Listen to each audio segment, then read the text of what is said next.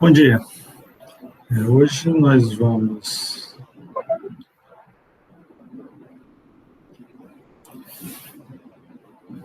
falar do novo capítulo da nossa aula para continuar o curso de macroeconomia, que é o fato de que quando houve a Revolução Keynesiana, o mundo da macroeconomia se modificou drasticamente e a essa modificação houve uma série de adaptações, houve um processo onde a prática de política fiscal e monetária acabou sendo influenciada de forma extrema pela estrutura do multiplicador keynesiano, pela ideia da cruz keynesiana e a ideia de que o governo poderia atuar de forma bastante forte para tentar fazer uma sintonia fina da economia, de forma que a economia não entrasse em recessão, ou quando entrasse em recessão,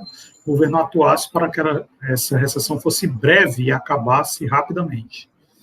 Então, a partir disso, houve uma análise dessa estrutura e, obviamente, uma série de críticas a essa estrutura, que era a estrutura keynesiana.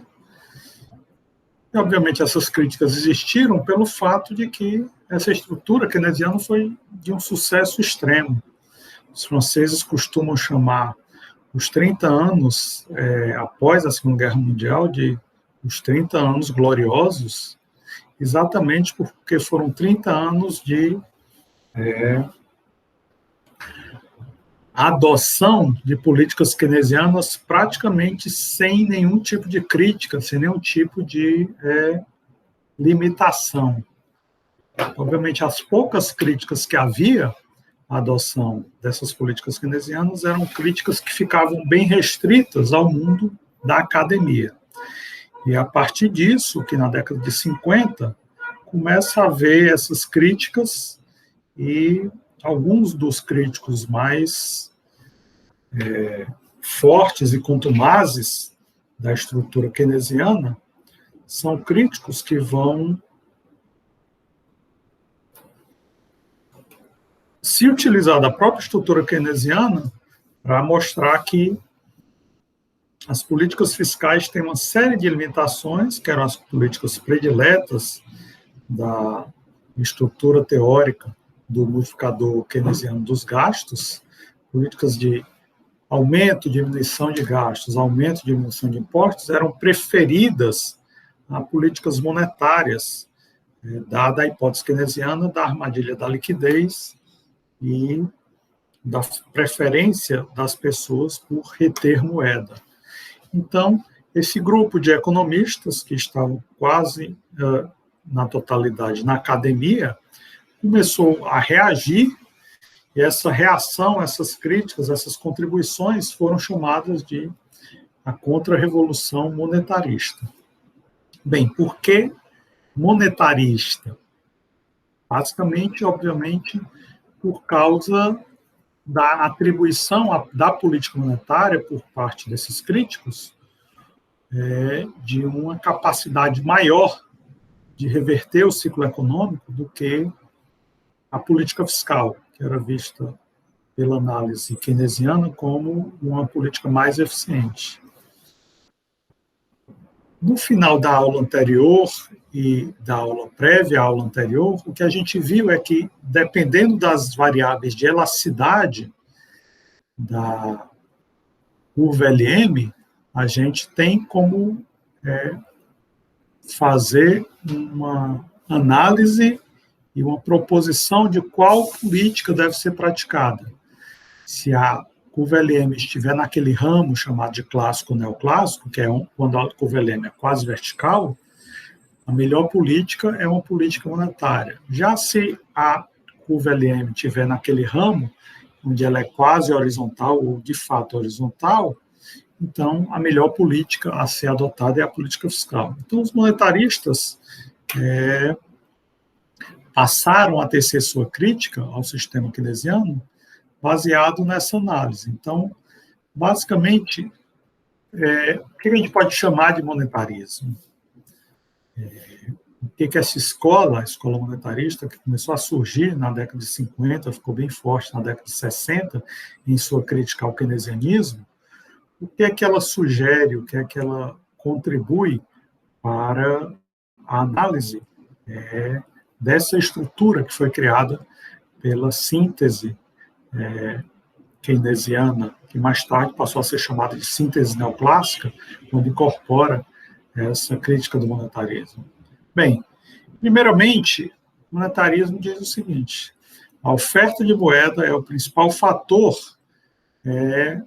sobre a renda nominal, ou seja, se o governo quiser afetar a renda nominal de forma significativa, o governo deve modificar a oferta de moeda.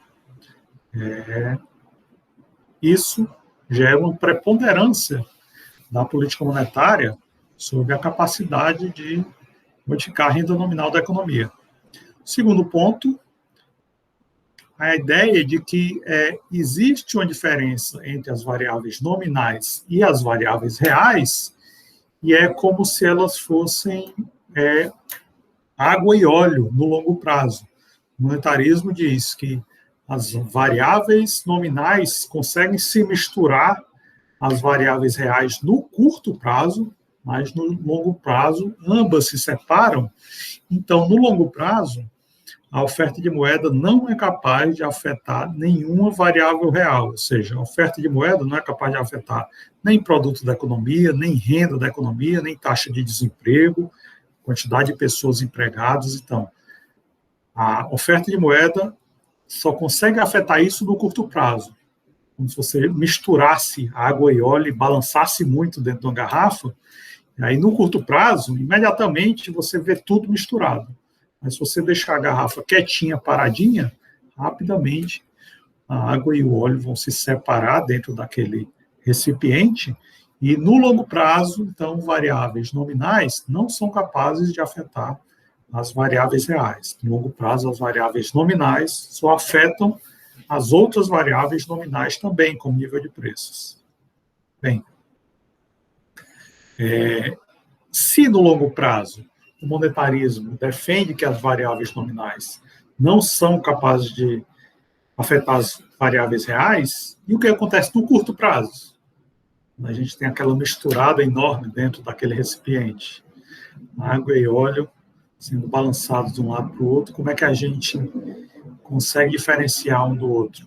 O monetarismo defende que o efeito dessa mistura de variáveis nominais e reais no curto prazo é a causa dos ciclos econômicos. Ou seja, os ciclos econômicos ocorrem na economia exatamente porque, no curto prazo, há essa mistura, variáveis nominais afetam variáveis reais no curto prazo, e aí ou a economia entra numa recessão profunda, ou ela entra num boom econômico extremo, fazendo com que as variáveis possam ir em direções diferentes e não fica muito claro o que de fato está ocorrendo na economia, se esse crescimento econômico avassalador tem uma razão real ou tem uma razão apenas nominal, que depois de um tempo as coisas vão se adequar ao produto potencial da economia. Então, no curto prazo, o produto da economia pode estar acima do potencial ou pode estar abaixo do potencial. Mas a ideia é que, no longo prazo, a economia sempre crescerá de acordo com o produto potencial. Para os monetaristas, a oferta de moeda, no curto prazo, pode causar essa diferenciação, ou seja, o hiato do produto pode crescer bastante, ou ser negativo, obviamente, porque essa diferença do hiato do produto real, produto naquele momento, ser maior do que o produto potencial ou menor do que o produto potencial por causa das políticas monetárias. Que então o monetarismo chega à conclusão? O monetarismo, então, chega à seguinte conclusão: o setor privado tende a trazer estabilidade para a economia, ou seja, tende a fazer com que o produto da economia acabe se afastando pouco ou quase nada do produto potencial, enquanto que as políticas governamentais, política fiscal, política monetária, acabam fazendo com que o hiato do produto cresça. Ou seja, o produto que em determinado momento ocorre de fato na economia acaba se afastando demais do produto potencial da economia.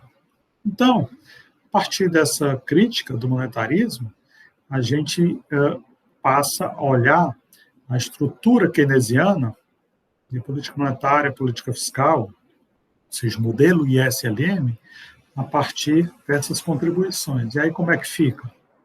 Bem, para os keynesianos, o que nós temos é que, na teoria quantitativa da moeda, o V não necessariamente é uma constante. Ou seja, se o V não for uma constante, significa o quê? Significa que, no momento que o M está se alterando, o V também pode se alterar. Então, isso significa que, mesmo que do lado,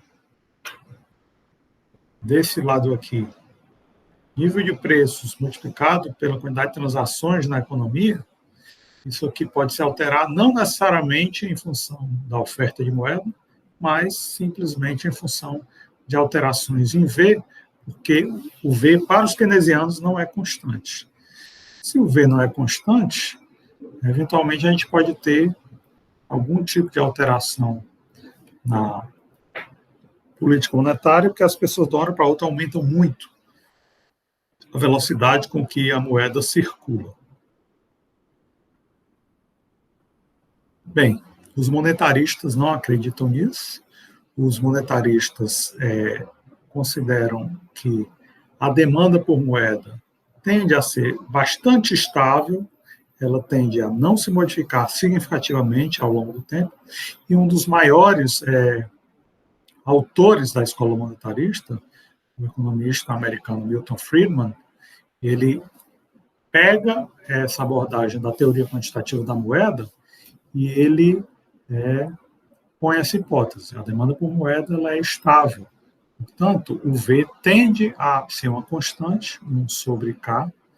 E o que seria esse 1 sobre K? A gente poderia pensar, então, na demanda por moeda da seguinte forma. A demanda por moeda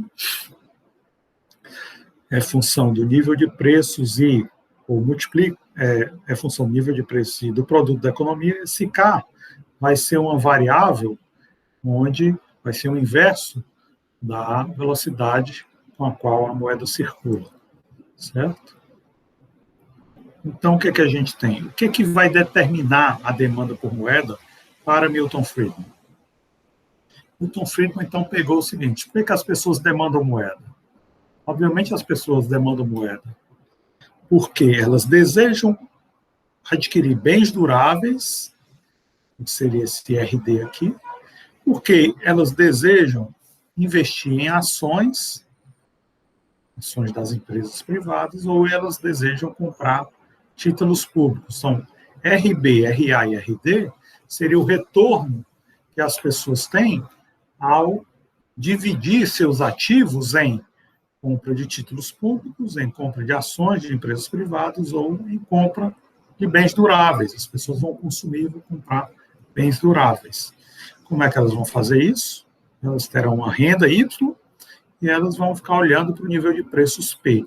Então, para Friedman, a demanda por moeda dependia desses 5 fatores e, para ele, a demanda por moeda ela era estável, né?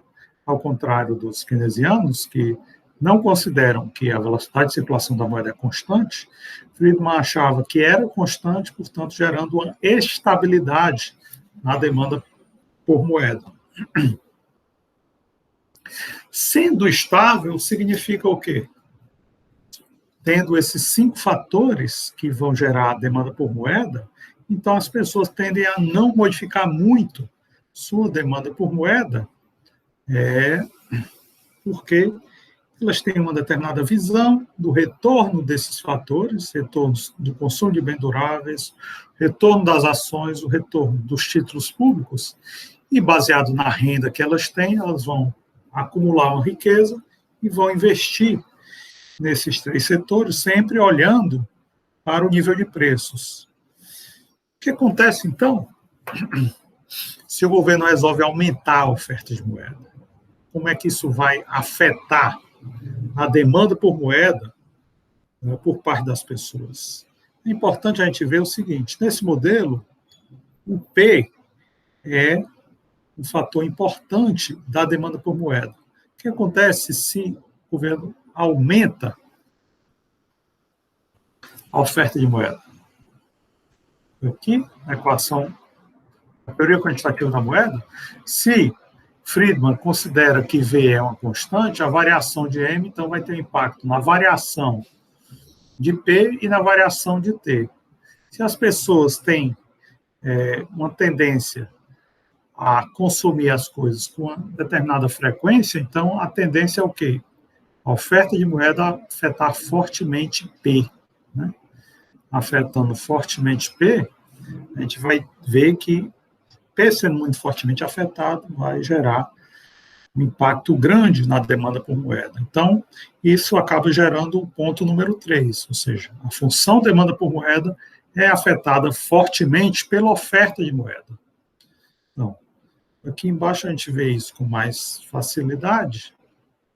O que a gente tem? Oferta de moeda igual a demanda por moeda, então a gente tem aqui o equilíbrio no mercado monetário. O equilíbrio do mercado monetário é função desses três fatores, desses três retornos, só que K tende a ser fixo, né? As pessoas vão fixar esses três retornos, vão investir em títulos públicos um determinado percentual da sua riqueza, em ações um outro percentual e o resto em bens duráveis. Isso, obviamente, vai depender da renda e do nível de preços, o que faz com que eu tenha isso aqui, da função de igualdade do mercado monetário, demanda e oferta de moeda. Isso vai nos dar o quê? Isso vai nos dar uma característica bem interessante. Para o monetarismo, esse tipo de característica da função demanda por moeda e do comportamento das pessoas no mercado de bens gera uma curva IS praticamente horizontal, e como a demanda por moeda e a oferta de moeda, a igualdade ocorre com a oferta de moeda influenciando fortemente a demanda por moeda e a velocidade de circulação da moeda constante, então a LM vai ser quase vertical. LM quase vertical e IS quase horizontal nos dá o quê? O que acontece se eu aumento os gastos do governo? A IS se desloca para cá, para cima e para a direita, gerando um pequeno aumento de produto, mas um grande aumento de taxa de juros, né? Já se eu pratico política monetária e a LM se desloca para cá, significa que o produto vai subir bastante e a taxa de juros vai cair um pouco. Ou seja, caso o monetarismo esteja certo e esse modelo de oferta de moeda e demanda por moeda de Milton Friedman for o modelo que exprimir a realidade com mais clareza, então, sendo a IS quase horizontal e a LM quase vertical, o que nós temos é que a política monetária vai ser mais eficiente do que a política fiscal para aumentar o produto, né? E o impacto disso sobre a taxa de juros é relativamente pequeno. Muito bem. É isso que a gente vê aqui. Uma política fiscal, se a IS é quase horizontal e a LM quase vertical, o que é que uma política fiscal faz? O produto, quando os gastos do governo crescem ou os tributos diminuem, eu tenho esse deslocamento. A IS vai para a direita e para cima. Indo para a direita e para cima, eu tenho um grande aumento de taxa de juros para um aumento muito pequenininho do produto da economia. Então, o produto da economia quase não se altera, mas a taxa de juros sobe significativamente quando há um estímulo fiscal nessa estrutura, onde a LM é quase vertical e a IS é quase horizontal. Muito bem. E o que seria a política monetária? A política monetária seria mais eficiente, né? A política monetária seria se eu trouxesse LM para cá, o LM quase vertical para cá, eu teria o quê? A taxa de juros cairia um pouco, mas o produto subiria muito, caso a LM viesse para cá. Então, qual seria a função da política monetária nesse ambiente? Nesse ambiente, a política monetária teria uma capacidade maior de estimular o produto e teria uma capacidade de manter a taxa de juros se modificando relativamente pouco, mas o produto se modificando bastante. Então, em função disso, os economistas monetaristas chegam à conclusão de que a política monetária tem uma função não apenas de aumentar o produto, gerar um estímulo à economia maior do que uma política fiscal, mas também a política monetária tem uma outra função, que é gerar estabilidade na economia, ou seja, combater as oscilações na atividade econômica. Então, com isso, a política monetária é vista pelos monetaristas como um fator de geração de estabilidade na economia, porque a política monetária é capaz de fazer com que a oferta de moeda na economia cresça de forma bem estável, para acompanhar o crescimento do produto da economia. Né? Então, o que a gente tem? Aqui, esse lado P vezes T vai crescer, que é o lado real da economia, e sendo V estável, o governo, ao praticar a política monetária, aumentando a oferta de moeda, ele consegue aumentar paulatinamente, de forma muito moderada, a oferta de moeda, de forma a acompanhar o crescimento do produto da economia sem gerar grandes choques, ou seja, trazendo estabilidade ao processo de crescimento econômico. Então, é por isso que os monetaristas consideram que a política monetária tem essa função, gerar estabilidade do crescimento da moeda nominal, fazendo, então, com que as oscilações econômicas sejam cada vez menores e a economia acabe crescendo de acordo com o produto potencial da economia. Portanto, a economia não vai crescer muito mais do que o produto potencial, nem vai ter uma recessão profunda, a economia crescendo muito menos do que o produto potencial. Obviamente, a crítica monetarista acaba sendo uma crítica bastante forte sobre a estrutura keynesiana, e a essa crítica há uma reação. Qual é a reação que a abordagem keynesiana faz à revolução monetarista, ou contra a revolução monetarista? O Franco Modigliani, que é um importante economista keynesiano, também era economista, assim como Milton Friedman, na Universidade de Chicago, nos Estados Unidos, ele discorda, ele diz exatamente o contrário que o Milton Friedman fala, enquanto que o Milton Friedman e os economistas monetaristas dizem que o setor privado tende à estabilidade e o governo, ao praticar políticas fiscais, geram instabilidade e oscilação na estrutura econômica, o Franco Modigliani vai lá e reage e diz exatamente o contrário. Ele diz que o setor privado tende à instabilidade, tende a gerar grandes excessos de produção ou tende a gerar excesso de crédito, fazendo com que a demanda exploda, e é função do governo praticar políticas fiscal e monetária de forma a estabilizar essas oscilações econômicas que o setor privado provoca. E dá para ver claramente uma grande disputa com um grande economista dizendo exatamente o contrário do outro, né? Então, mas em que essa crítica keynesiana ao monetarismo é baseada? É baseada exatamente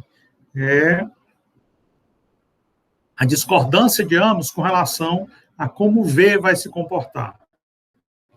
A crítica keynesiana diz que V não é constante, ou seja, que a velocidade com que a moeda circula varia bastante no tempo, gerando uma instabilidade na relação moeda-renda. Já os monetaristas dizem exatamente o inverso.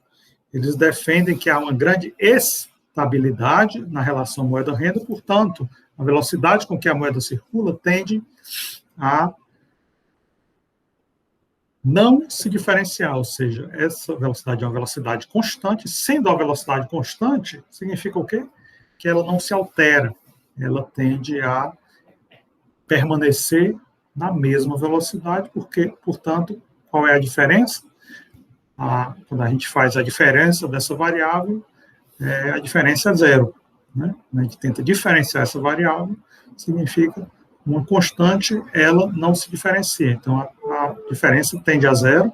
Tendendo a zero, isso gera uma estabilidade na relação moeda-renda para os monetaristas. Já para os keynesianos, essa relação mostra uma instabilidade. Então, basicamente, o que acontece? Da forma como a gente viu anteriormente, com relação às elasticidades D e G, keynesianos e monetaristas discordavam dos pontos extremos da curva LM, né? Para os monetaristas, a tendência é a LM ser mais vertical, para os keynesianos, a LM mais horizontal, e também eles discordam exatamente em função da estabilidade ou instabilidade da relação moeda-renda. Keynesianos defendem que essa relação é extremamente instável, enquanto que monetaristas defendem que essa relação é uma relação muito estável. Em função disso, em função dessas discordâncias, há essa crítica monetarista ao keynesianismo e também uma reação do keynesianismo a essa crítica que vai gerar uma outra escola, na verdade, duas outras escolas, que são a escola neo-keynesiana e a escola pós-keynesiana, que a gente vai ver a seguir, quando for na aula seguinte, a gente vai ver dessa crítica de monetaristas ao keynesianismo, a gente vai ver surgir uma síntese, que é a síntese neoclássica, e a essa síntese neoclássica vão surgir basicamente duas escolas, que é a escola neo-keynesiana e a escola novoclássica, certo? Mas também há outras escolas surgindo, como a escola pós-keynesiana e a escola do ciclo real de negócios. Então, a gente vai ver, a seguir nesse curso, basicamente, as 4 escolas que fazem uma análise dessa estrutura da síntese neoclássica. Novos clássicos, pós-keynesianos, novos keynesianos e ciclos reais de negócios. Ok? Então é isso. Hoje a aula é bem mais curta do que as aulas anteriores. E até a próxima aula, então. Tudo de bom. Até lá. A todos um bom dia e uma boa semana.